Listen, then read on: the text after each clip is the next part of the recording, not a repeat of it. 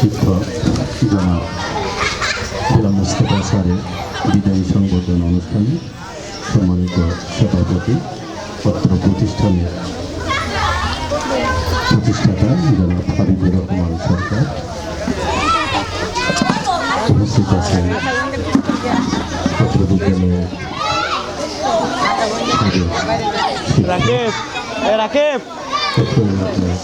শিক্ষাকালে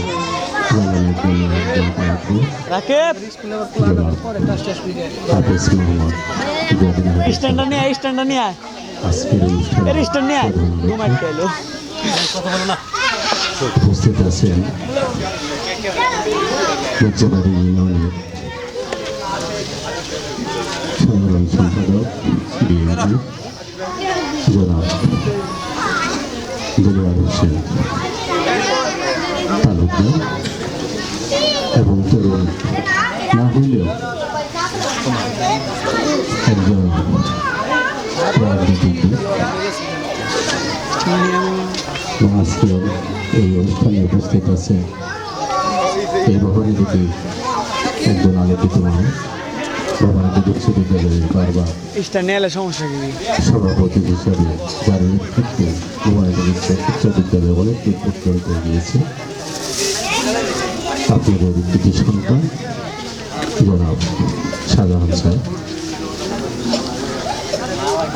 উপস্থিত আছেন এই অত্র বিদ্যালয়ের কয়েকবারের সভাপতি আলহাজ দেলোয়ার হোসেন সরকার মঞ্চের সামনে উপবিষ্ট আছে অত্র এলাকার অভিভাবক মণ্ডলী উচ্চ বিদ্যালয়ের সম্মানিত শিক্ষক মণ্ডলী পত্র বিদ্যালয়ের শিক্ষার্থীবৃন্দ সকলের প্রতি আমার সালাম। আসসালামু আলাইকুম। আমি প্রথমতই ধন্যবাদ জানাচ্ছি, স্বাগত জানাচ্ছি। আমি তাদেরকে উজ্জ্বল নক্ষত্র হিসাবে স্মরণ করবো এবং মনে রাখবো আজকে যাদের নেতৃত্বে এত চমৎকার এবং এত সুন্দর একটা সংবর্ধনা হয়েছে। আপনারা তো জানেন, দেখেন, শোনেন। আমার মনে হয় না যে অন্য কোথায়ও এরকম সুন্দরভাবে প্রাথমিক বিদ্যালয় পর্যায়ে এত সুন্দর বিদায় অনুষ্ঠান হয়। এটা সকলটা অর্জন প্রাক্তন ছাত্রছাত্রীবৃন্দ, তারা এখানকার ছাত্র এবং উচ্চ বিদ্যালয় থেকেও তারা পড়ালেখা করেছে। আমি তাদেরকে স্বাগত জানাই তাদের এই সুন্দর মন মানসিকতার জন্য। তারা দীর্ঘদিন বেঁচে থাকুক এবং এলাকায় তাদের এই ধরনের কর্মতৎপরতাগুলা আরো বৃদ্ধি পায়। আসলে যেহেতু নামাজ চলছে, বক্তৃতা দেওয়ার কোনো সুযোগ নেই, তো আমি সব করে শেষ করে দেব। শুধু দুটি কথায় আমি বলে শেষ করে দেব। আজকে যাকে বিদায় দিচ্ছি তার বাড়ি আর আমার বাড়ি খুব কাছাকাছি, তার সাথে আমার বাবার খুব ভালো সম্পর্ক। আমি যখন আপনাদের বিদ্যালয়ে প্রধান শিক্ষক হিসাবে আসব, আমার বাবা তার কাছে বলেছিল যে ভাই, তুমি তো এখানে আসো, ছেলে তো এখানে যাইতে চাও। সে তাকে এতভাবে বলেছিল যে তাকে আমাকে আদৌ বলে যে মাস্টার বলেছিল যে তুমি এখানে যাও এবং ভালো হবে। এইটা সেটা অনেক ভালো। একজন মূর্খ মানুষকে যেভাবে বললে সে এটাকে নেয়, মানে অন্তরের ভিতরে তার দাগ কাটে। তার এই আহ্বানের কারণে আমার বাবাও সারা দিয়েছিল, যার জন্য আপনাদেরই বিদ্যালয়ের প্রধান শিক্ষক হিসাবে আমি কাজ করতে পারছি। আমি চাকরি করি, আমি কাজ করি, আমি আপনাদের বিদ্যালয়ে কাজ করতে পারছি। এই অবদানটাও আমি আজকের যাকে বিদায় দিচ্ছি তাকে আমি বলবো, এগুলো মোস্তফা স্যারকে আমি বলবো তার এই অবদান। তবে এখানে মঞ্চে বসা আছে হাবিবুর রহমান সরকার, জোদের হাবেজ সাহেব।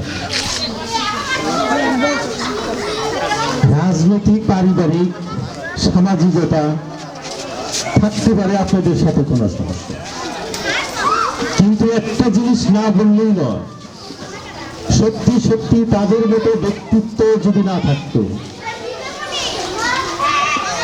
আপনাদের যে শিক্ষার আলো জ্বালিয়ে দিয়েছে, একটা প্রতিষ্ঠান না একাধিক প্রতিষ্ঠানের ব্যবস্থা করে দিয়েছে, আমার মনে হয় সেটা সম্ভব।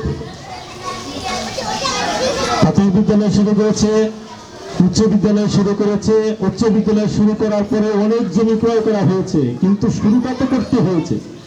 সেই শুরুটা জয়দলী হামিদ সাহেব এবং তার মেম্বার সাহেবের যদি উদারতা না থাকতো তাহলে সেই শুরুটা হতো না। এটা কত বড় অর্জন। আজকে আমার সামনে যারা দাঁড়িয়ে আছে এবং বসে আছে, আগামী দিন হবে, এখান থেকে ডাক্তার হয়েছে, এখান থেকে কৃষি অফিসার হয়েছে, এখান থেকে সরকারি অফিসে চাকরি করছে, তাদের নাম বলে আমি ছোট করব।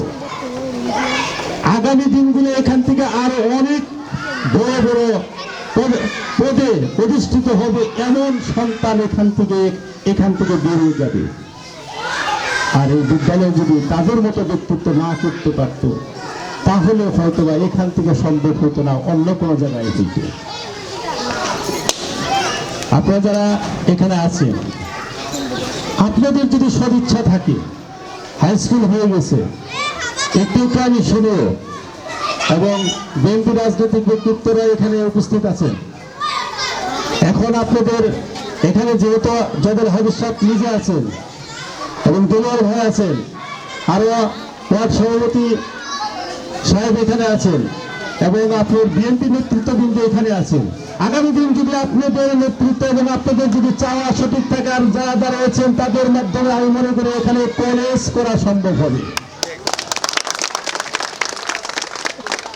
বিএনপি ক্ষমতায় যাবে আমরা দেখছি, সন্দেহ রাখার কোনো সুযোগ নেই। মন্ত্রী হবে আসনের লোক, এটা মন্ত্রীর আসন। আর আপনারা যেভাবে এই দলকে সুসংগঠিত করার জন্য দীর্ঘদিন যাবৎ চেষ্টা করে আসছেন, অবশ্যই এখানকার এমপি মন্ত্রী হবে আর এখানে কলেজ করা সম্ভব হবে যদি আপনাদের চাওয়া সঠিক হয়। আমি চাচ্ছি আপনাদের কাছে, আপনারা চেষ্টা করবেন, ইনশাআল্লাহ সফল হতে পারবে। আজকে আসলে অন্যদিকে বক্তৃতা না করি, আর বক্তৃতা করবেও না, যেহেতু আমরা এখানে সকলেই ক্ষুধার্ত, আর এটা ভালোও লাগবে না, অনেক সময় দূরে বসা। মুস্তফা স্যার এখানে আপনাদের যে তার যে অর্জিত শিক্ষার মাধ্যমে সে যে আলোটা জ্বালিয়ে গিয়েছে, সে আলোর থেকে যেন আরো আলোকিত হয় এখানকার মানুষ। সে বলতে পারে না, তার বলার মতো ভাষাও আজকে নেই। তবে আমি আপনাদেরকে অনুরোধ করবো, আপনাদের সন্তান সে শুধু আহ্বান করেছে, সরকারি প্রতিষ্ঠান হয়েছে, হাই স্কুল আছে, আপনারা আপনাদের ছেলে মেয়েদেরকে পাঠান। জাতীয় শিক্ষায় যদি শিক্ষিত না হইতে পারেন তবে সেই এলাকা কখনো উচ্চ আসনে অধিষ্ঠিত করা সম্ভব হবে না। জাতীয় শিক্ষা অর্জনের পরে আন্তর্জাতিক শিক্ষা, আন্তর্জাতিক ভাষার প্রতি অবগত হতে পারবেন, সেটা অন্য কোনো ভাষা দিয়ে হবে না। আজকে এখানে প্রাথমিক বিদ্যালয় হয়েছে, হাই স্কুল হয়েছে, আপনাদের সন্তানদেরকে সে আহ্বান করেছে আপনারা এখানে পাঠাবেন, এবং তারা যেন সে জ্ঞান যেন এখান থেকে যেন সে শিক্ষা নিয়ে যেন তারা যেন জ্ঞানী হইতে পারে এবং সমাজ দেশের যেন উচ্চ পর্যায়ে একজন করে মানুষ তারা হইতে পারে, সে দোয়া করে দিয়েছে। তো মোস্তফা স্যার যে তার অর্জিত জ্ঞান এখানে রেখে গিয়েছে সেটা আলো জ্বলবে, এবং অবশ্যই সে নিজে তার যে সম্মান সেটা আমরা এখানে আজকে যে প্রাক্তন ছাত্ররা যে সম্মান দেখিয়েছে আর যে সুন্দর অনুষ্ঠান হয়েছে, আমি সত্যি আবেগে আপ্লুত। এটা শিক্ষকের জন্য এরকম অনুষ্ঠান হতে পারে, অন্য কারোর জন্য এরকম অনুষ্ঠান হতে পারে না।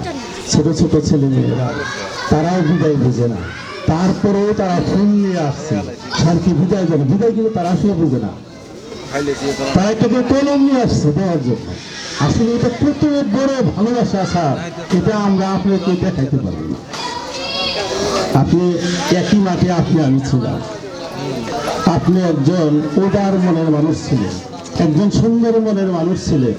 আপনার ভিতরে আমি কখনো দেখি নাই উচ্চ সুরে একটা কথা বলতে, আপনাকে আমি দেখি নাই কখনো কোনো ছাত্রকে বেত্রাঘাত করতে। একজন সুন্দর মানের শিক্ষক ছিলেন। আজকে চলে যাচ্ছেন স্যার, এটা তো বেদনাদায়ক আমাদের প্রত্যেকের জন্যই। সত্যি স্যার এটা কষ্টদায়ক, কিন্তু তারপরেও বিধির বিধান মানতেই হবে স্যার। পৃথিবী ছেড়েই তো মানুষ চলে যায়, আর আপনি আমার কর্মের বিদায় সেটা হবেই স্যার। তারপরে কর্মের বিদায় হয়েছে। আজকে ছাত্র স্যার আমাকে ডেকেছে, আমার এত কাছের একজন আত্মীয় মারা গেছে, কিন্তু আমি তাকে দাফন করার জন্য, তার জানাজা করার জন্য আমি যেতে পারি না। শুধু ছাত্রদের ডাকের কারণেই আমি এখানে আজকে আমি আসছি। আমার এখানে আসার কোনো সুযোগই ছিল না স্যার। আমার এত কাছের একজন মানুষ মারা গেছে, আর এত অল্প বয়সে, সেটা স্যার আসলে সাঙ্গে আমি যখন এশার নামাজ পড়লাম স্যার, আমি আমার চোখের পানি তার জন্য রাখতে পারলাম না, ধরে রাখতে পারলাম না। আমি তার জন্য নফল নামাজ পড়ে স্যার দোয়া করেছি, কিন্তু তার জানাজার নামাজে যাওয়ার কোনো সুযোগ আমার হয় না। শুধু আমার এই ছাত্রদের ভালোবাসার কারণে আপনার বিদায় নিতে হবে। তবে স্যার আমি আপনার জন্য দোয়া করি। আপনি কর্মী ছিলেন, অনেক ভালো ছিলেন। এখনকার দিনগুলো স্যার একটু কষ্টের হতেই পারে। আমি ছাত্রদেরকে বলবো, তোমাদের স্যারদের জন্য, তোমাদের স্যারের জন্য তোমরা দোয়া করবো। তোমাদের স্যার যদি বাকি যে দিনগুলো তোমরা আজকে যে সম্মানে সম্মানিত করলা, সেই সম্মান নিয়েই যেন বাকি দিনগুলো যেন সে কাটাইতে পারে। এলাকায় যখনই যাওয়া হয় তখনই বিভিন্ন রকমের কার্যকলাপের মধ্যে যুক্ত হয় মানুষ। আমি স্যারকে অনুরোধ করবো যে স্যার বড়ারিটিকের মানুষ এবং আরো একটা এলাকার মানুষ আপনি যদি সম্মান দেখালো, সেই সম্মানের কারণে হইলেও স্যার আপনি নিজেকে সংযোগ করে রেখে বাকি দিনগুলো কাটাবে। আপনার জন্য আমাদের অত্যন্ত দোয়া রইল। আপনার জন্য দোয়া রইল স্যার, আপনি যেন সুস্থ থাকেন, সবল থাকেন, এবং বাকি দিনগুলো যেন আপনার স্যার খুব সুন্দর হয়।